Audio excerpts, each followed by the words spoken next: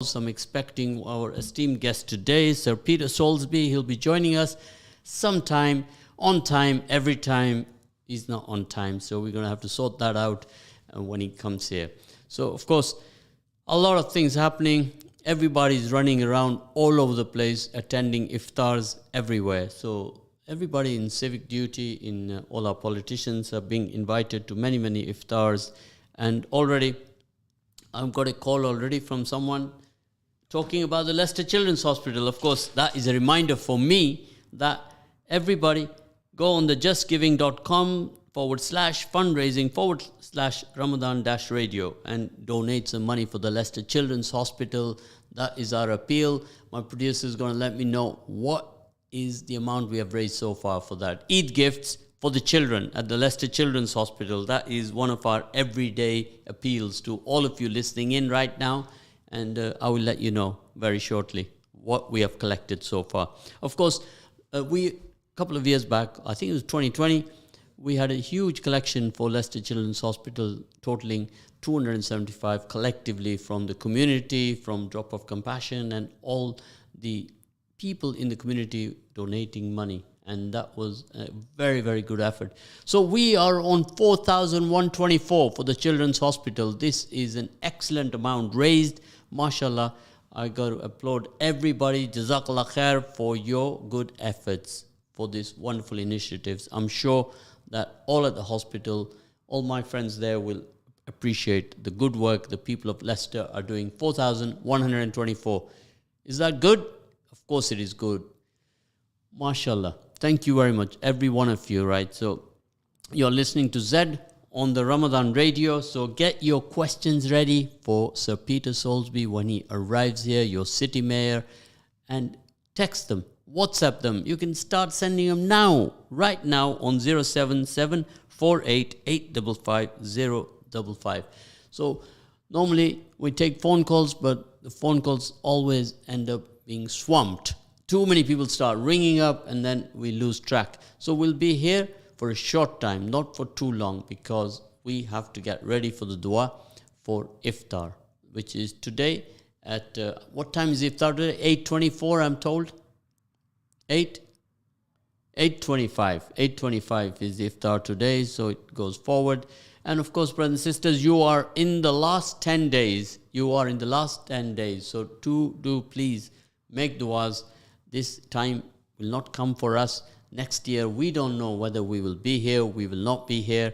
So make duas for everyone, for the ummah, for all the places all over the world, Syria, Palestine. We talk about this every day, in Yemen, in Palestine, in Afghanistan, in Kashmir, even in Ukraine, everywhere, wherever people are suffering, they're afflicted with war, famine. Make duas, brothers and sisters. This is very important for all of us, and I would like you to do that. Last 10 days, so the brothers in Itikaf who are also making duas all over all the masajids here. So somebody's asked me a question that they know the answer to already. How many mosques are there in Leicester? This is a favorite question. Of course, by the time we finish, we will all know that how many mosques there are in Leicester. Everybody is asking this question. How many mosques do we have in Leicester? So you can answer that. Brothers already answered that. And he is going to tell us exactly how many mosques. The brother has told us there's about 76 mosques in the city of Leicester. So I think if we don't start this program with Sir Peter Soulsby, then we will have a few words straight after iftar, because iftar is more important than anything. Our Maghrib Salah comes first. So if he comes here shortly, we'll do the program. Otherwise, we will join after iftar. So please, brothers and sisters, a little bit of patience. And we have our esteemed guest. He's just walked into the studio live on Radio Ramadan, Sir Peter Soulsby. Jazakallah khair for your visit here. He's been gasping. He came up the stairs just like I do every morning. He's breathing. I can feel his heartbeat right now on the station, right? And he's going to join us. So Peter Soulsby. Thank you very much. Welcome to Ramadan Radio. Assalamu alaikum. Wa alaikum salam. It's so good of you to rush to come here. It's my pleasure. It's a time of the month, where everybody is rushing everywhere. There's an iftar here, there's an iftar there, Yes, right? yes. So we are honored to have you here today because we've missed you for the last 2 years with COVID. Of course. And we haven't been able to connect and do some good work together. Well, honestly, it's good to be back together, and it's good to be able to join during the period of Ramadan, to be here in person and to talk with you, and of course also to talk with your audience. Of course, we have a thriving audience now. I know you do. 70,000 plus throughout the city. We're even connecting, making partnerships with BBC Radio Leicester, doing some joint work with the Make a Difference appeal. The Make a Difference, nominating experts in the community who are doing wonderful work, individuals or even organizations. Yeah, and it is an amazing initiative, that. And, the clue's there in the title. It's about making a difference. Well, we at the radio here... celebrating people who do make a difference and helping them to make a difference. We at the radio call this the MAD initiative. Yeah. Let's be mad, make a difference. Make a difference, absolutely. And our friends at Radio Leicester, they put it together and they said, let's do it. And it's going to be a wonderful... quite a lot of people have to be nominated. So all of you out there who are listening in right now, nominate your people that you know, your groups, your school, anyone you know who can be nominated for doing the work that they're doing for community development, which benefits all of us. And there's so many people out there who deserve to be recognised. It's a wonderful initiative to give an opportunity for that to happen. Of course, and we are all behind that initiative completely and excited about it, right? Sir Peter, always people ask me, we've got a thriving young population in the city of Leicester now, right? And always, I need to tell them and remind them, who is Sir Peter Soulsby, right? Yesterday, today, tomorrow. Right. So just remind everybody, yesterday, what year was it when you came to this city of Leicester? I came to this city a very long time ago. Would you believe, I know this is incredible now, but it was the late 1960s, and I came here as a student. Before that, I'd been in North London, and I never wanted to go back. I fell in love with this city. It's a brilliant place. And of course, it was a time when the city was changing. It was changing so much for the better. People, wanted to live here. New communities wanted to be here. And it was an exciting place to be. And I've never regretted doing it. And of course, spent a long time as a councillor, a few years as an MP, and then had the opportunity to stand as the first elected mayor for the city, and it was too good to resist. So what we say, he's done the full 6 yards here. Something like that. Right, he's done the full 6 yards. Now, when you first came to the city, where were you living? Where was your first house? The first house was on East Park Road. I won't tell you the number, but... Well, I'll tell you what I've done. We've done some research here at the radio, and we even located the landlord of that house. Did you really? Yes, we did. My goodness. Yeah, we did. And if they want to text me now and say a few words and say... that's amazing. Say Ramadan Kareem and Eid Mubarak to Sir Peter. Well, we had the ground floor flat. And it's one of the big houses, just you go in from the Evington Road end. Then after that, moved around the corner onto St. Peter's Road. The last 40 years, I've been living on Evington Road. So it's always been in this part of the city. So there is so much happening.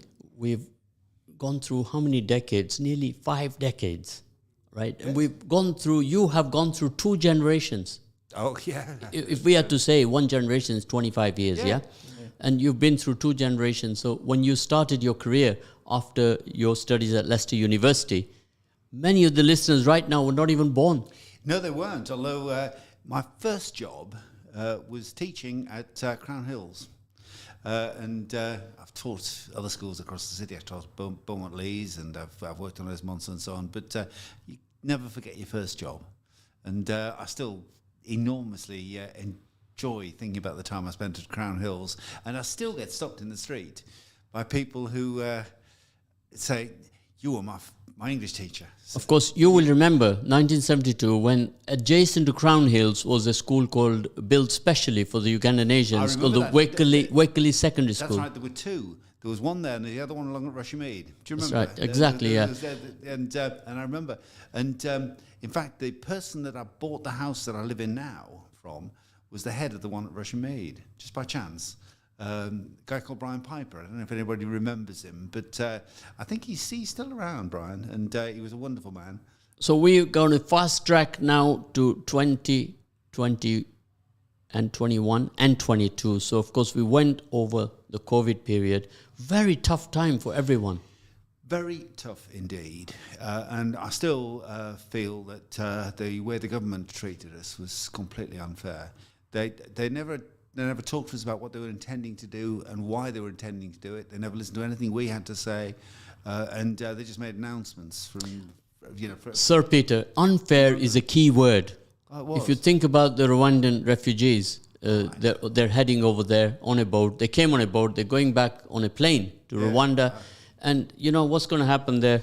It's going to be I mean, I've got to say, atrocious. There's lots of things about the present government that obviously, I mean, it's not just political, because obviously I'm a different political party, I know that. But they are, I believe, just one of the most incompetent governments. Now, we are sat here every day for 30 days. We are just promoting humanity, yes, I know. solidarity, and unity. Yeah.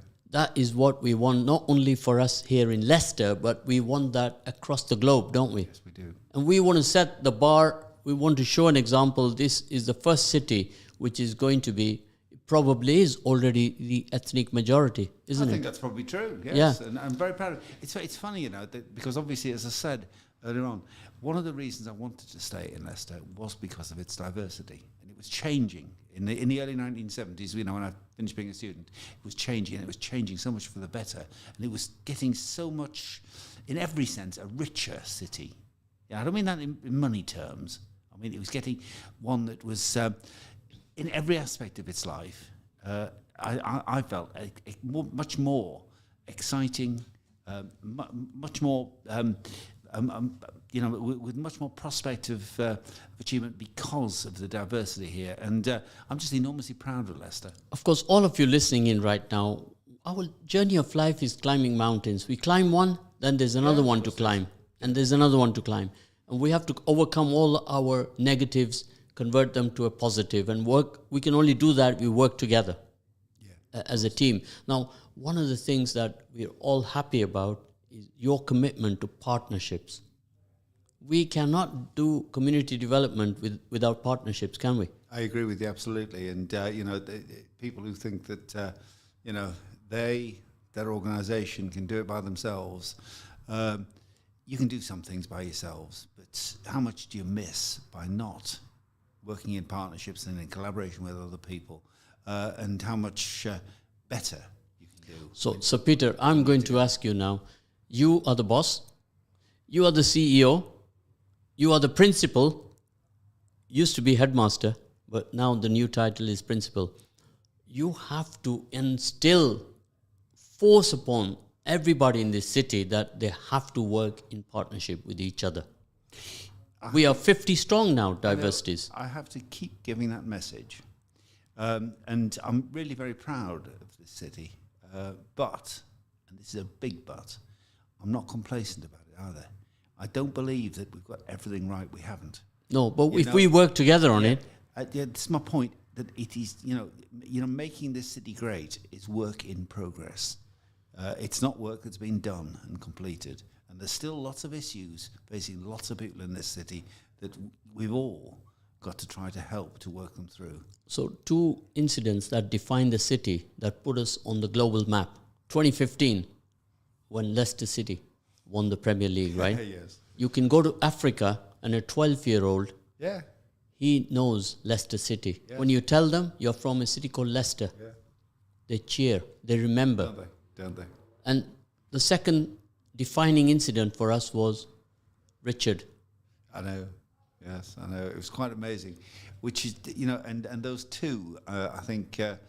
helped obviously to raise the profile of Leicester, but I think enormously it just helped us also to to recognise we've got lots of special things in our city, and those are 2 of them. One is we're very good at sport, and it's not just football as well either, because we've had in the past lots of cricketing success, and at present lots of rugby success as well. Of course, and the other thing is our history. You mentioned cricketing. Sport England have said Leicester needs 4 pitches in the city. I know. Now, where are we going to find these pitches? Because I don't know any green anywhere. I know. With difficulty is the short answer, and we're well aware of the fact that we're torn between the need to build new houses. Yeah. So every green space we have, we need accommodation. We do. We need we have a target to meet, don't we? And I think it's both with housing and with sport. We've got to work with areas just beyond our boundaries as well. So you and I are going at rocket speed. In the Star Trek, it's called warp speed. Everybody follow and keep up, right? Otherwise, you're going to get left behind. And I'm going to ask you a question now. One of the listeners has sent a message. It's the topic that we've been discussing throughout the month. Coexistence. Do we coexist? I hope we do more than that. Okay. I hope we coexist. The next one. Because coexist doesn't mean to say that you're working together. The next one. There's a coexistence, and we say, yes, we coexist. Yes. Then there's a dash, which says, do we integrate enough? That's the point I was going to... Integration. Exactly the point I was going to make. You can coexist, but you may never talk. But you need to talk. You need to work together. You need to feel you're part of the same project. And that's more than just coexisting. It's about collaborating together. Of course. And I've been doing some legwork. In the mornings, I do the program. 10 o'clock, I'm out on the road. And I went to Netherhall, to Saffron Lane, to Ayers Monsell, where I was schooling in that area when we came from Uganda, and then to Beaumont Leys and to New Parks. All right. And to listen to them, to talk to them, to embrace those community centers, embrace the local communities, to see how we can do this integration. And everyone has a lot to learn. And we all have to now go out of our way to make it happen. That was the point I was making when I talked about it being work in progress. Because, I think, we can't, any of us, just sit around and say, oh, well, yeah, we get on well enough.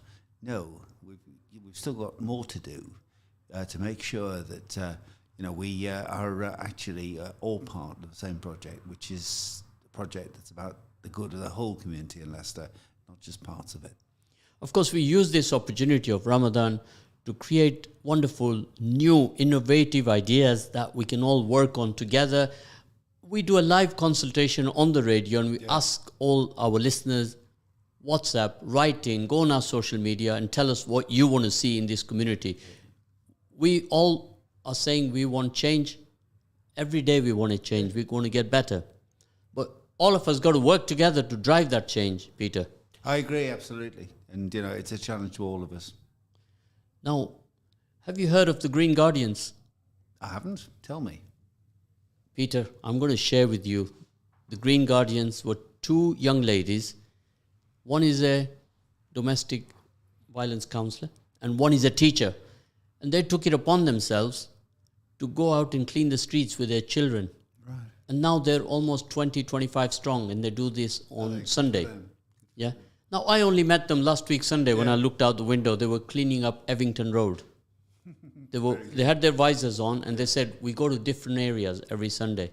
Now, are these assets of the community or not? Oh, they most certainly are. And they're an inspiration to all of us. Yeah. Now, They really are. let me ask you, what makes a teacher who teaches in a school here, local, come out to do that? You wonder, don't you? It's, I think, a belief in something bigger than them. It's fantastic, Yeah, it is. Is it not inspirational? It is inspirational, yes. Yeah, and and now It's a belief that we're not just here as selfish individuals. We're part of something bigger. yeah, And we're called to do something for that bigger community. that is great. I'm going to share some videos with you because for the last 40 years I've failed to get your mobile number. Now we've gone from analog to digital, right? So I'll then send you some nice videos and so on. So there's many organizations, many individuals, many groups who are doing wonderful work. And imagine if we put them all together. Have you heard of the Riders of Sham? No, tell me. They go on a bike ride each year. And last year we challenged them. We said, look, we raised $275 for the hospital, the children's hospital. Yeah. You got to beat that. And they smashed that. Did they? They beat us hands down. Good for them. And they raised this money. They did a bike ride from Leicester all the way to Scotland. Right? And they raised all that money. Almost £300,000. then that they spread it between different organizations. Now, it's impossible. I would not even imagine that they were able to do that. And each year they do this, year on, they support rainbows, the hospice, and this is what they do. And there are many groups like that you and I have got to affiliate with, embrace, and give them a big thumbs up. Yeah, absolutely. Right? Of course, all of you listening in, tell us about the groups that you know, the individuals that you know, that we all got to know about them, right? Now, you know what I call them, Peter? Mm-hmm. The titles we give them here at the radio is CDO. Right. You know what that means? No. These exceed the MBEs and the OBEs and all of those. Yes. These are community development officers. Right. Right? Now, every one of us should be that. Yeah, I like that. Right? Like that. All of us, we've got to have that ethic. So that's a proud title to give, and it's an even prouder title to hold. Of course it is. And these are the ones on the ground making a difference. Now, all of you listening in, somebody's going to send me, there's always a lot of Google hunters over there, will tell me, what is the population in Leicester East? Peter? Leicester East? Yeah, Leicester East, is that our biggest area in the city? No. Just let me have a think. It's probably between 2/3 and a half of the city, yeah. The west of the city is the smallest. What is the population of the city? Oh, about 350,000. 350. Yeah, but of course, you know, if you look at the wider urban area, you know, include a place like that, you talk about 550. 550, yeah. So when we go a little bit outside of the city, so 550 is about the figure. Now, that is divided by almost 50 to 70 languages or diversities. Yeah. So A to Z of diversities we have here. We do. We have for A, people from countries starting with A. Go on, hit me with it. Give me some. Afghanistan. Got it. Right? A big hands up, thumbs up. He's got that right. I can even do Zambia for you as well. You were ready for that. I was ready for that. I think you've been listening in, haven't you? No, I promise I haven't. I was just off the top of my head, promise. Right, so this is it. So what the whole intention is to try to create awareness to everybody that lives in the city, Peter. Yeah. Right, of what is the diversity we have here in the city. It's amazing. And as I say, it's an enormous strength. It really is.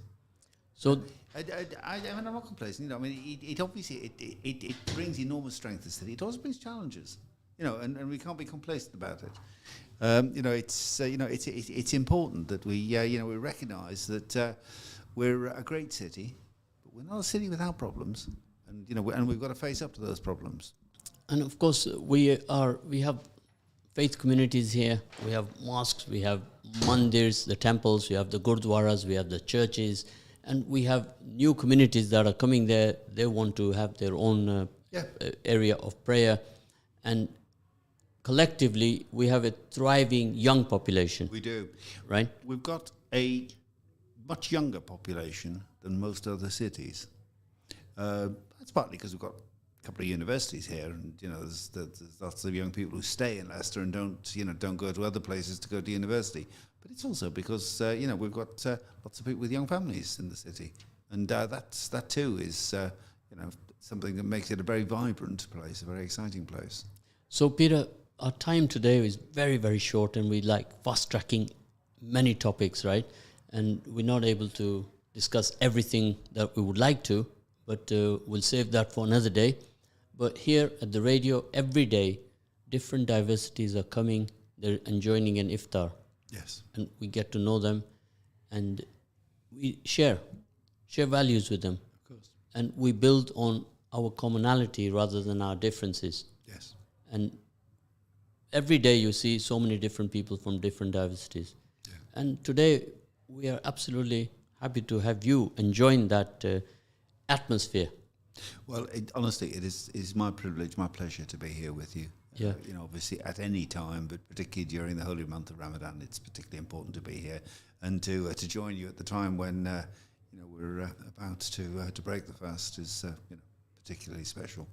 Of course, and you have been visiting other places as well for iftar, haven't you? Of course, I have. Yes. And then after this, you will be busy. I've had so many invitations, and they get more every year, and it's wonderful. It's absolutely wonderful. And then after that, you have the Diwali as well. Oh yes, I mean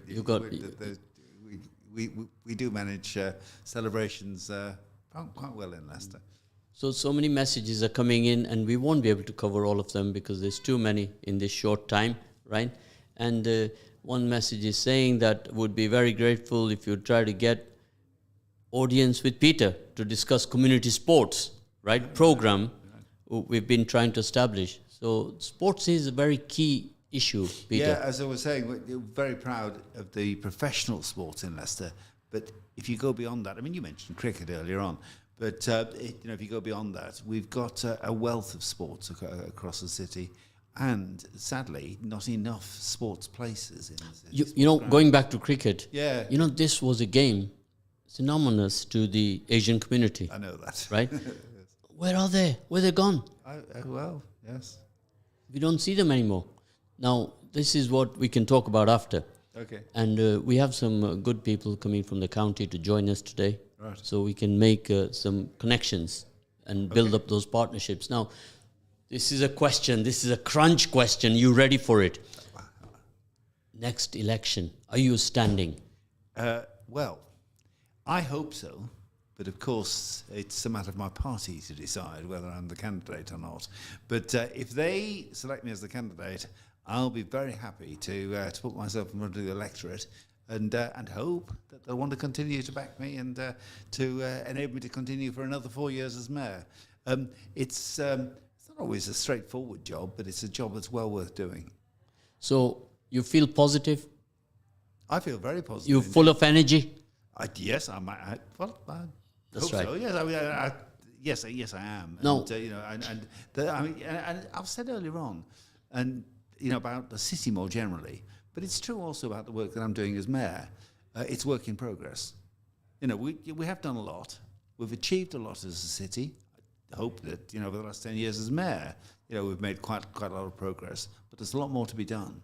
And I would very much welcome the opportunity, the privilege, right? To have another opportunity to go on with it. All of the listeners right now, all of you listening in right now, this is a teamwork effort. The mayor on his own, he can't do anything. But collectively, if we all support and we discuss our initiatives, some will happen, some will not happen, isn't it? Yeah, that's absolutely right. But it's been one of the themes and the things we've been talking about. Really, it's about collaborating and working together. And trying to work as a team because you can do a few things. Now, Peter, final words now because we've got 30 seconds. Eid Mubarak to everyone. Eid Mubarak when it is Eid, but until then, to all of your listeners during Ramadan, my thoughts are with you. So, and, so brothers and sisters, Sunday we put away the EDI in a bag. And we do the EID, I like it. which is the Eid, yeah? It is. And we have a very festive time. We've worked hard, and we got to continue with that work. So from myself and Sir Peter Soulsby, Eid Mubarak to all of you. Eid Mubarak to